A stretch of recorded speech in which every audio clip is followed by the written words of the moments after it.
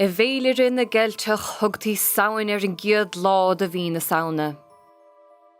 Béle a chuirtaí siúil an ómós theacht an gheimhridh, agus mar fís spraoi déanamh rimis míana fadadorcha a bhí le curdá idir seo agus an trach.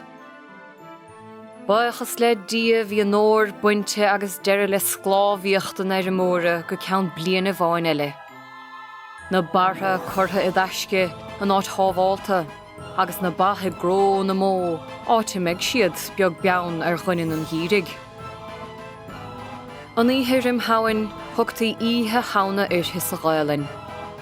Deirtaí go raibh an doras go dtíon saoil eile oscailte an oíche san, le deisiúirt daanamh chun na marmh teachtar cuairt go dtí tuige muintere. Chreití leis go mbeadh an slua sí gháil thart an oíche san, drochuad ar fuatha agus iad a séide anála na smíradú le hiad a chuir ó bha. Lastaí tinte cná, agus bhíoh daoine aigithe agus ggóil go raibh suach sách. Bunós le páistí a bheith féimhréigeacht Oíche Shamhna, aigean na fidil agus iad aite á gahabhacha.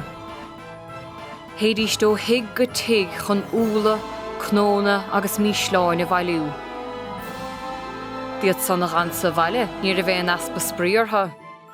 Dimrídíist cluthe, curragás, inar thum siad a geann a dobáin isce, agus iad a géirí graim a bhaintas úla a preba.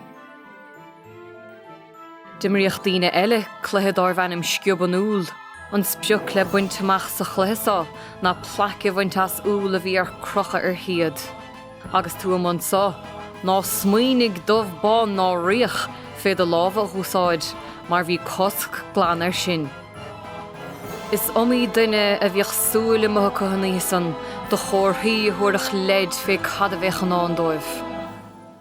Cuirgás, cretar fós go bósfí go lua an téaghain an fáin sa bháirín breac Oíche Shamhna. Tugtar Oíche Shamhna ar éile ársa na Samhna sa látáin a bhain, agus is iomaí áit ar fuid an domhain a géiliúirtaí.